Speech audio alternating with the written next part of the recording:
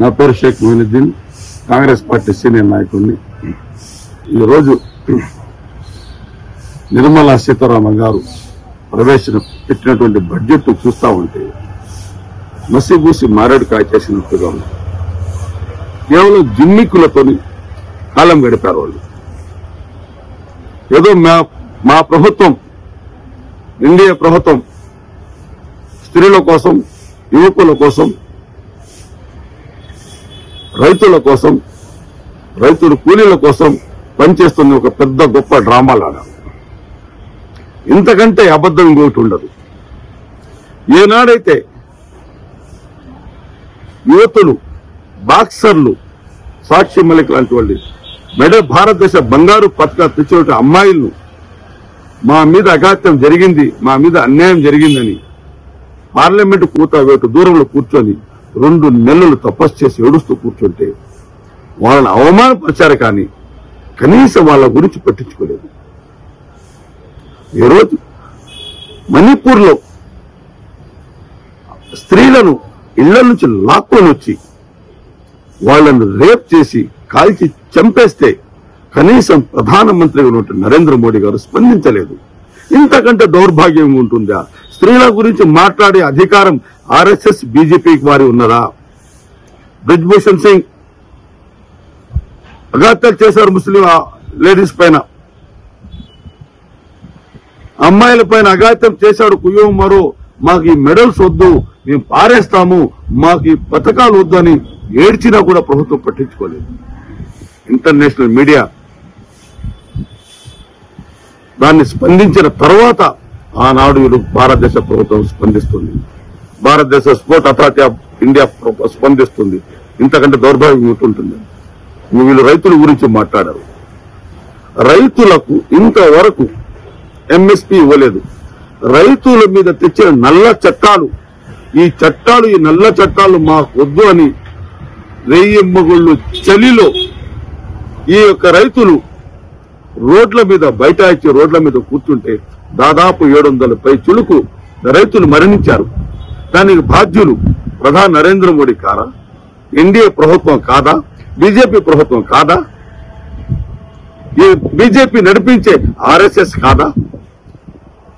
BJP మూలాలే RSS. వీళ్ళు రైతుల గురించి మాట్లాడతారు. ఈరోజు రైతులు ప్రతి క్వింటాల్ వరికి 600 నుంచి 700 రూపాయలు నష్టపోతున్నారు. గోధుమలపై అయితే 200 నుంచి 250 రూపాయలు నష్టపోతున్నారు. ఎందుకు రైతులకు ఎంఎస్పీ ఇవ్వడం లేదు? రైతుల గురించి పెద్ద గొప్ప మాటలు మాట్లాడతారు. ఎందుకు వాళ్ళ ప్రయోజనం కల్పించడం లేదు? ఎందుకు వాళ్ళ ఫసల్ బీమా 1000 కోట్ల రూపాయలు ప్రభుత్వం ఆపుదల చేసింది, ఎందుకు ఇవ్వడం లేదు? పేరుకే ఫసల్ బీమా.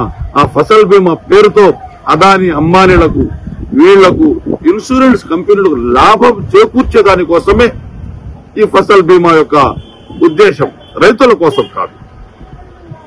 రైతులు ఈరోజు ఎరువులు ఎక్కడ రేట్లు పెరిగిపోయింది. యూరియా కానీ, సల్ఫేట్ కానీ రేటు అధికంగా పెరిగిపోయింది. పురుగు మందులకి అధికంగా పెరిగిపోయాయి. రైతులు ఏమి దిక్కు తోచని స్థితిలో ఉన్నది. కనీసం వ్యవసాయ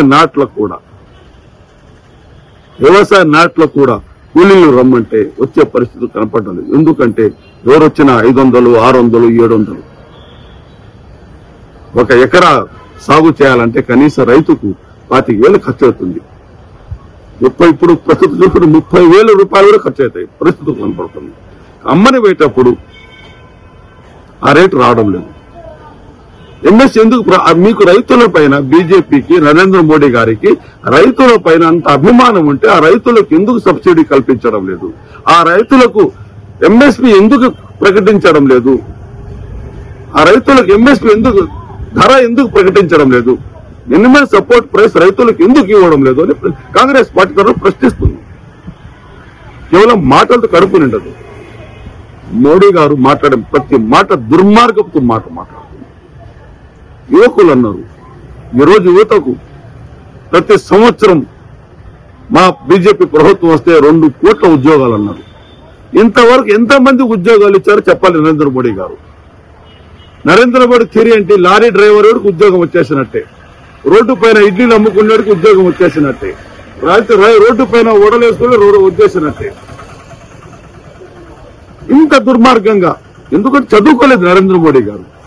అన్ని ఫేక్ డిగ్రీలు, అన్ని బయటపడతారు. కుర్చీ నుంచి దిగిపోయిన తర్వాత అన్ని బయటకు వచ్చేస్తాయి. ఎక్కడ తప్పించుకోలేరు వీళ్ళు అనుకుంటున్నారు మా దగ్గర ఈవీఎంలు ఉన్నాయి, ఈవీఎంతో మేము గెలిచిపోతామని. అది జరిగే పని కాదు.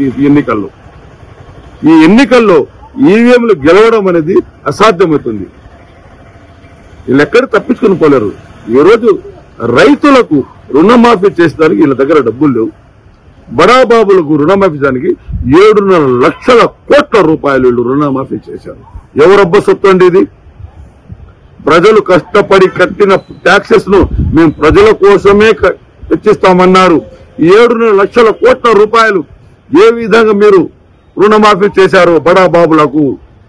బడాబాబులకు అదాని అంబానీలకు ఏ విధంగా ఇచ్చారు మీరు? దాని గురించి మాట్లాడరు. ఈ రోజు పెట్రోల్ 112 రూపాయలు ఉంది 1 లీటరు. ఈ రోజు బ్యారెల్. నా పేరు షేక్ మొయినుద్దీన్, కాంగ్రెస్ పార్టీ సీనియర్ నాయకుడిని. ఈరోజు నిర్మలా సీతారామన్ గారు ప్రవేశపెట్టినటువంటి బడ్జెట్ చూస్తా ఉంటే మసిబూసి మారేడుకాయ చేసినట్టుగా ఉంది. కేవలం జిమ్మిక్కులతోని కాలం గడిపారు వాళ్ళు. ఏదో మా ప్రభుత్వం, ఇండియా ప్రభుత్వం స్త్రీల కోసం, యువకుల కోసం, రైతుల కోసం, రైతుల కూలీల కోసం పనిచేస్తున్న ఒక పెద్ద గొప్ప డ్రామా లాగా. ఇంతకంటే అబద్ధం ఇంకోటి ఉండదు. ఏనాడైతే యువతులు, బాక్సర్లు, సాక్షి మలిక్ లాంటి వాళ్ళు భారతదేశ బంగారు పథకాలు తెచ్చిన అమ్మాయిలను మా మీద అఘాత్యం జరిగింది, మా మీద అన్యాయం జరిగిందని పార్లమెంటు వేటు దూరంలో కూర్చొని 2 నెలలు తపస్సు చేసి ఏడుస్తూ కూర్చుంటే వాళ్ళని అవమానపరిచారు. కానీ కనీసం వాళ్ళ గురించి పట్టించుకోలేదు. ఈరోజు మణిపూర్లో స్త్రీలను ఇళ్ల నుంచి లాక్కొని వచ్చి వాళ్లను రేప్ చేసి కాల్చి చంపేస్తే కనీసం ప్రధానమంత్రిగా ఉన్నటువంటి నరేంద్ర మోడీ గారు స్పందించలేదు. ఇంతకంటే దౌర్భాగ్యం ఉంటుందా? స్త్రీల గురించి మాట్లాడే అధికారం ఆర్ఎస్ఎస్, బీజేపీకి వారి ఉన్నదా? బ్రిజ్భూషణ్ సింగ్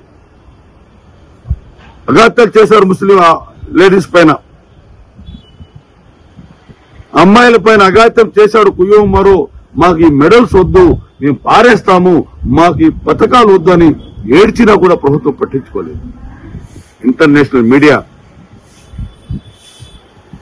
దాన్ని స్పందించిన తర్వాత ఆనాడు భారతదేశ ప్రభుత్వం స్పందిస్తుంది, భారతదేశ స్పోర్ట్ అథారిటీ ఆఫ్ ఇండియా స్పందిస్తుంది. ఇంతకంటే దౌర్భాగ్యం ఉంటుంటుంది. వీళ్ళు రైతుల గురించి మాట్లాడారు. రైతులకు ఇంతవరకు ఎంఎస్పీ ఇవ్వలేదు.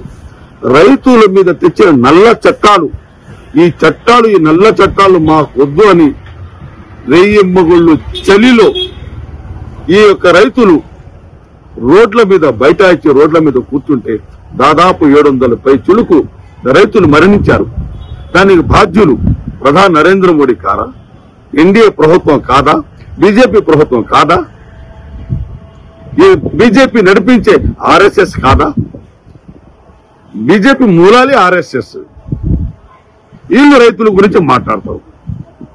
ఈరోజు రైతులు ప్రతి క్వింటాల్ వరికి 600 నుంచి 700 రూపాయలు నష్టపోతున్నారు. గోధుమలపై అయితే 200 నుంచి 250 రూపాయలు నష్టపోతున్నారు. ఎందుకు రైతులకు ఎంఎస్పీ ఇవ్వడం లేదు? రైతుల గురించి పెద్ద గొప్ప మాటలు మాట్లాడతారు. ఎందుకు వాళ్ళ ప్రయోజనం కల్పించడం లేదు?